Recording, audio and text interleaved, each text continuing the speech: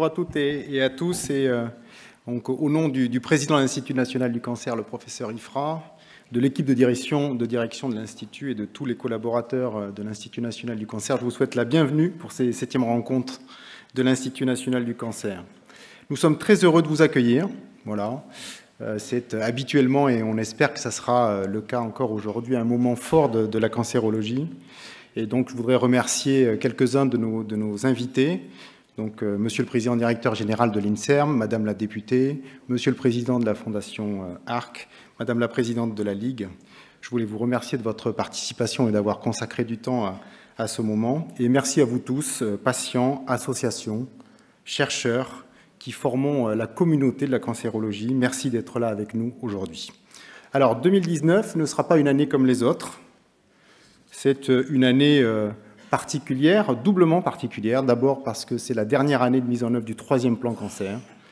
Donc, vous le savez, c'est un plan qui est extrêmement ambitieux, conçu en 2013 et qui a débuté donc en 2014. Ce plan prévoit 1400 jalons et nous avons aujourd'hui réalisé près de 75% de ces jalons. C'est le fruit de la mobilisation de nous tous et de l'ensemble de nos partenaires. Voilà, qui nous permet, et nous l'espérons à la fin de cette année, d'obtenir de bons résultats sur la mise en œuvre de ce plan.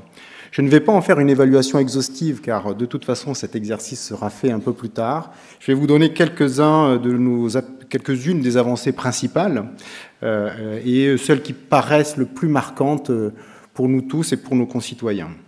La prévention, d'abord. Vous le savez ou vous ne le savez pas, 40% des cancers sont évitables. Le tabac et la consommation de tabac représentent aujourd'hui 45 000 décès par cancer. L'alcool, 15 000 décès. Et chose que l'on sait un peu moins, 8 000 décès par cancer du sein sont liés à la consommation d'alcool. C'est une priorité, la prévention. C'est une priorité pour notre ministre de la Santé, que nous aurons le plaisir d'accueillir tout à l'heure. Elle a pris des mesures qui sont fortes, notamment en matière de prix. Ces mesures sont accompagnées aussi par des actions qui sont maintenant installées depuis quelques années et organisées par Santé publique France. Vous connaissez peut-être l'opération Moi sans tabac. La prévention, c'est notre priorité, c'est la priorité des ministères, c'est aussi notre priorité à nous tous, puisque ce sont nos comportements qui sont en cause. Et si nous nous mobilisions tous autour de cette prévention, pour la promotion de la santé, nous éviterions 150 000 décès tous les ans.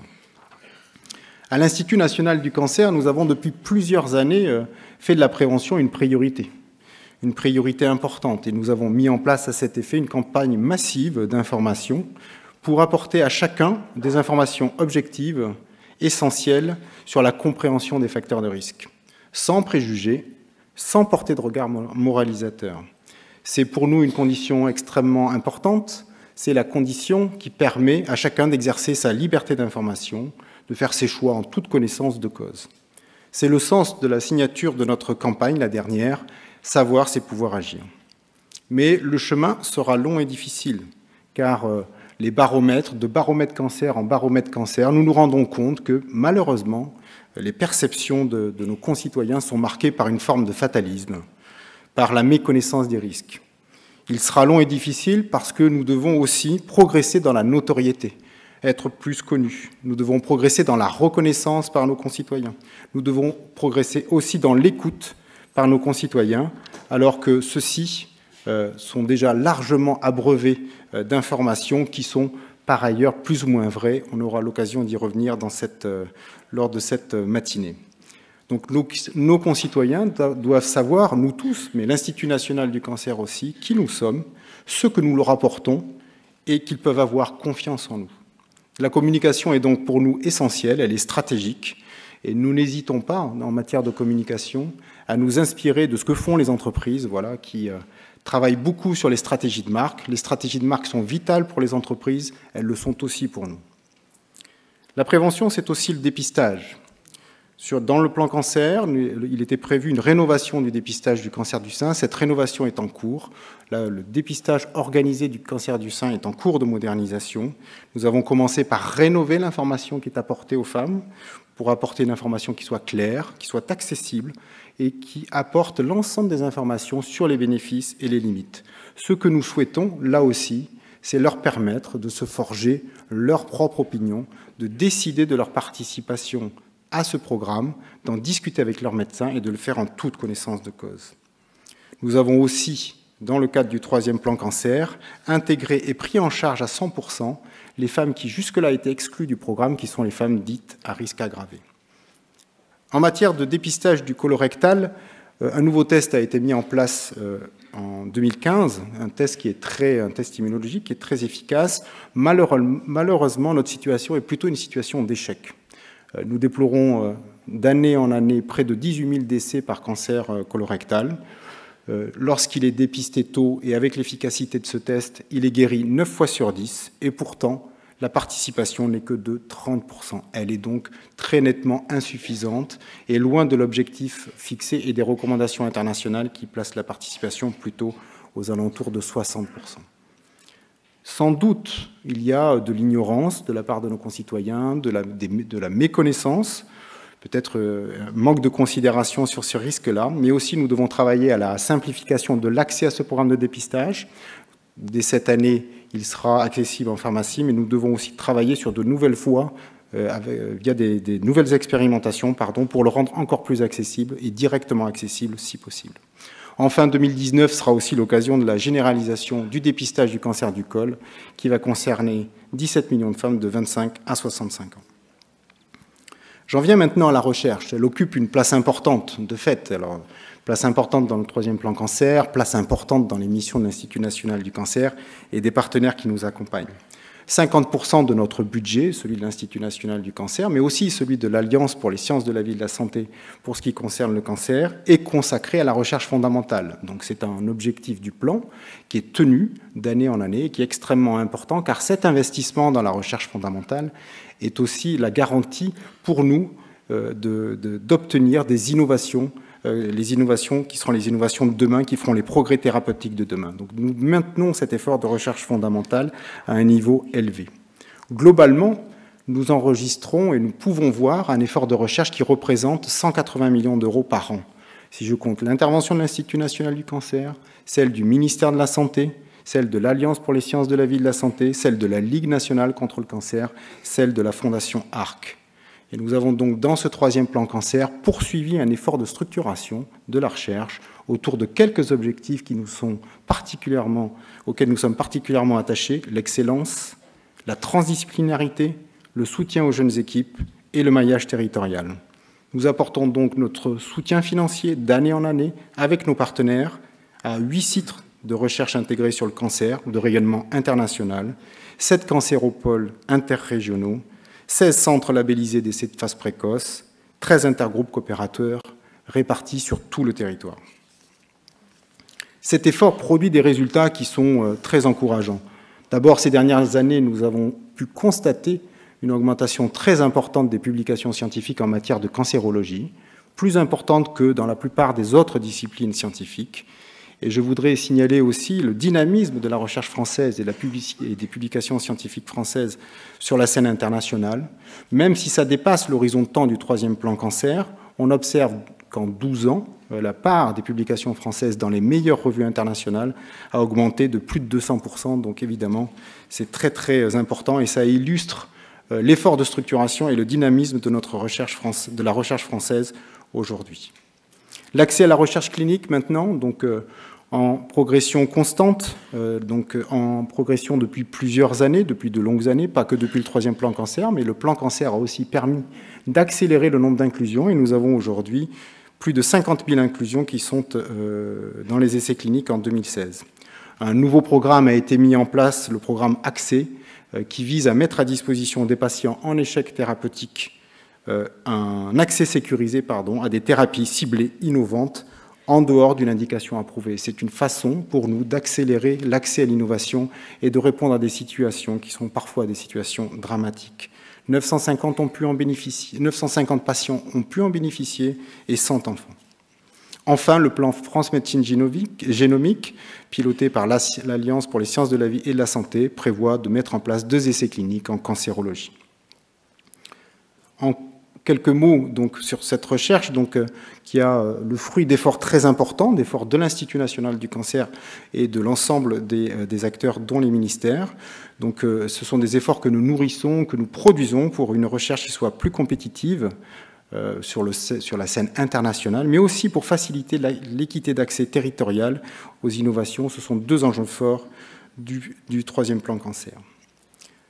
Notre ambition, celle de l'Institut national du cancer, qui a présidé, je dirais, à sa création et à sa fondation en 2005, celle du troisième plan cancer, c'est de répondre aux attentes des personnes malades et de leurs proches. Les attentes thérapeutiques d'abord.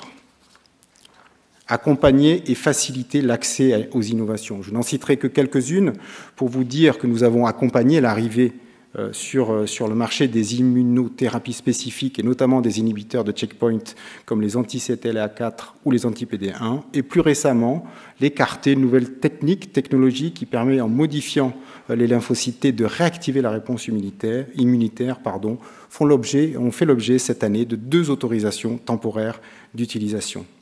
Améliorer la qualité des soins, améliorer leur pertinence, améliorer la sécurité des soins sont des enjeux qui sont des enjeux forts dans le plan et qui nous animent tous. Ça passe par des recommandations de bonnes pratiques qui ont été prises, par la refonte en cours du régime des autorisations, par le déploiement des réunions de concertation pluridisciplinaire, qui est une innovation de la cancérologie qui vise à faire en sorte que la décision, le diagnostic, la décision sur la stratégie thérapeutique soit prise de manière pluridisciplinaire. Ça passe aussi par le développement de la chirurgie ambulatoire qui, en quelques années, est passé de 6% à 10% des séjours en 2015. Mais nous devons prendre en compte, et nous y sommes particulièrement attachés, la vulnérabilité des personnes malades, ou je devrais dire plutôt les vulnérabilités psychologiques, économiques, professionnelles. Ça passe, et c'est quelque chose que nous avons fait l'année dernière par la mise en place d'un panier de soins de support. Donc 9 soins de support ont été identifiés pour le rapport, analysé à partir de la littérature scientifique, qui prévoit notamment la prise en charge de la douleur, mais aussi la prise en charge psychologique. Ça passe aussi par l'assouplissement des indemnités journalières courtes, de l'accès aux indemnités journalières courtes et longues, c'est une dimension économique, le droit à l'oubli dont vous avez sans doute parlé, qui permet aujourd'hui à des patients et à des personnes malades 10 ans après la fin du protocole thérapeutique pour les adultes, 5 ans pour les enfants, de ne plus avoir à déclarer la maladie et de pouvoir ainsi, en tout cas dans l'accès au crédit, revenir à une vie normale. Ce droit à l'oubli s'accompagne d'une grille de référence qui permet pour certains cancers d'accéder à des conditions standards sans surprime et sans garantie. Ça concerne 9 cancers et dans des délais qui sont inférieurs aux 10 ans et 5 ans dont je viens juste de parler. Le sujet de l'emploi dans la vulnérabilité est évidemment extrêmement important. Il l'est d'un point de vue économique pour la source de revenus qu'il représente, mais parce que l'emploi aussi participe du processus de guérison, participe aussi du processus de rétablissement. Nous avons donc décidé de nous mobiliser avec l'Association nationale des DRH, l'Association nationale de l'amélioration des conditions de travail pour mobiliser les entreprises. Non pas que les entreprises ne fassent rien, mais elles ne se saisissent pas suffisamment du sujet. Donc nous avons créé un club des entreprises qui regroupe une quarantaine d'entreprises, qui se dit club réunit des entreprises mais aussi des chercheurs à proposer de formaliser des engagements que les entreprises doivent respecter pour organiser le maintien et le retour en emploi des salariés malades touchés par le cancer. Aujourd'hui, 40 entreprises ont signé ces engagements, représentant 1,2 million de salariés. Voilà quelques-unes des avancées que je voulais porter à votre connaissance, en attendant l'évaluation exhaustive du plan qui ne manquera pas d'arriver cette année. Donc il reste à faire. Nous avons bien avancé sur ce plan. Nous faisons évidemment le maximum pour l'achever et faire en sorte que l'année 2019, le plus grand nombre d'actions soit terminé. Sans doute, nous n'aurons pas terminé en 2019 et il nous faudra continuer à porter ces actions et à les terminer, les achever peut-être, et nous l'espérons, en 2020. Donc nous devrons assurer la continuité du troisième plan cancer, comme nous avons assuré la continuité du premier et du deuxième. Vous pouvez compter sur nous pour arriver et parvenir à réaliser ce plan presque dans son exhaustivité. Je voudrais saluer ici l'engagement et le travail des collaborateurs de l'Institut national du cancer qui sont très mobilisés sur notre action et qui sont, voilà, je dirais, au-delà du simple goût du travail bien fait, des personnes qui marquent un engagement fort autour de nos missions et autour de la cause qu'est la lutte contre les cancers. Alors, je disais, 2019 sera une année doublement particulière. Elle le sera aussi puisque, à l'occasion de cette fin de 3e plan cancer, nous allons aussi devoir réfléchir à ce que nous devrons définir pour la stratégie de lutte contre les cancers demain. Et c'est ce que nous avons prévu de faire aujourd'hui, discuter aujourd'hui avec nos intervenants, discuter aujourd'hui avec vous tous sur ce que doit être la stratégie de lutte contre les cancers demain. Les enjeux sont importants. Je vous redonne quelques chiffres pour que vous ayez à l'esprit l'ampleur de ce qui nous attend. 3,7 millions de personnes sont touchées ou ont été touchées par le cancer. Autant dire que chacun d'entre nous, dans notre cercle proche, peut-être nous-mêmes avons été touchés par la maladie. En 2018, 382 000 nouveaux cas ont été enregistrés et nous déplorons en 2018 157 400 décès. Donc c'est considérable. Et cette évolution, même si le taux de mortalité est plutôt stable, se traduit par une évolution très nette de l'incidence qui, entre 1990 et 2018, a cru de 65%, accompagnant ainsi l'augmentation de la population française et son vieillissement. Inutile de vous dire, dans ce cas, l'ampleur des défis qui nous attendent en termes de prévention, de traitement, d'impact de la maladie sur nous tous et sur la société française. Alors, pour réfléchir à demain, il nous faut prendre du recul. Regarder comment nous avons amélioré la santé de nos concitoyens pour savoir comment l'améliorer demain. Comment améliorer les traitements, comment améliorer la prise en soin, comment réduire l'impact de la maladie. C'est le sens de cette journée. Le philosophe Raphaël Enthoven viendra nous donner son point de vue sur ce qui s'apparente à la maladie de notre époque, une certaine confusion entre les savoirs et les opinions. Nous vous projetterons un film original, Frontières, et je remercie à cette occasion Estelle Lecointre-Arzner et le professeur Daniel Louvard de leur contribution à ce film. Laurent Degosse nous invitera ensuite à explorer l'histoire des concepts en cancérologie. Son intervention sera suivie de 2 focus, un succès et un défi, pour nous aider à mesurer le chemin qui reste à parcourir. La ministre des Solidarités et de la Santé nous fera l'honneur de sa visite et de conclure cette matinée. Et pendant la pause déjeuner, vous pourrez profiter d'une exposition photo sur 15 ans d'avancée en cancérologie. L'après-midi sera consacré à l'une des innovations du moment, l'intelligence artificielle. On en parle beaucoup, elle est très prometteuse. Ce que nous souhaitons savoir, c'est quelles sont ses promesses dans le champ du cancer et qu'est-ce que nous pourrons obtenir comme avancée pragmatique avec l'intelligence artificielle, en particulier pour s'attaquer aux cancers dont les pronostics sont les plus graves. Malheureusement, Cédric Villani, qui devait faire un petit mot à l'occasion de cette table ronde, ne pourra pas se joindre à nous car il accompagne le président de la République dans une visite dans son département de l'Essonne. Et je voulais remercier pour la préparation de cette table ronde Yann Godduel qui nous a aidés à cette préparation. Alors, vous l'avez compris, le fil rouge de cette journée, le fil rouge de l'Institut national du cancer, le fil rouge de notre action, notre fil rouge à nous tous, ce sont les personnes malades, les familles, les proches. C'est ça que nous devons garder à l'esprit aujourd'hui, c'est ça que nous devons garder à l'esprit tous les jours dans notre action. Notre volonté, notre ambition est de tout mettre en œuvre pour permettre à celles et ceux qui sont frappés par la maladie ou qui ont été frappés par le cancer de mener une vie normale, de poursuivre leur scolarité, d'accéder aux emprunts et de rester en emploi. Je vous remercie et je passe la parole maintenant à Estelle Martin qui va animer les rencontres pour nous.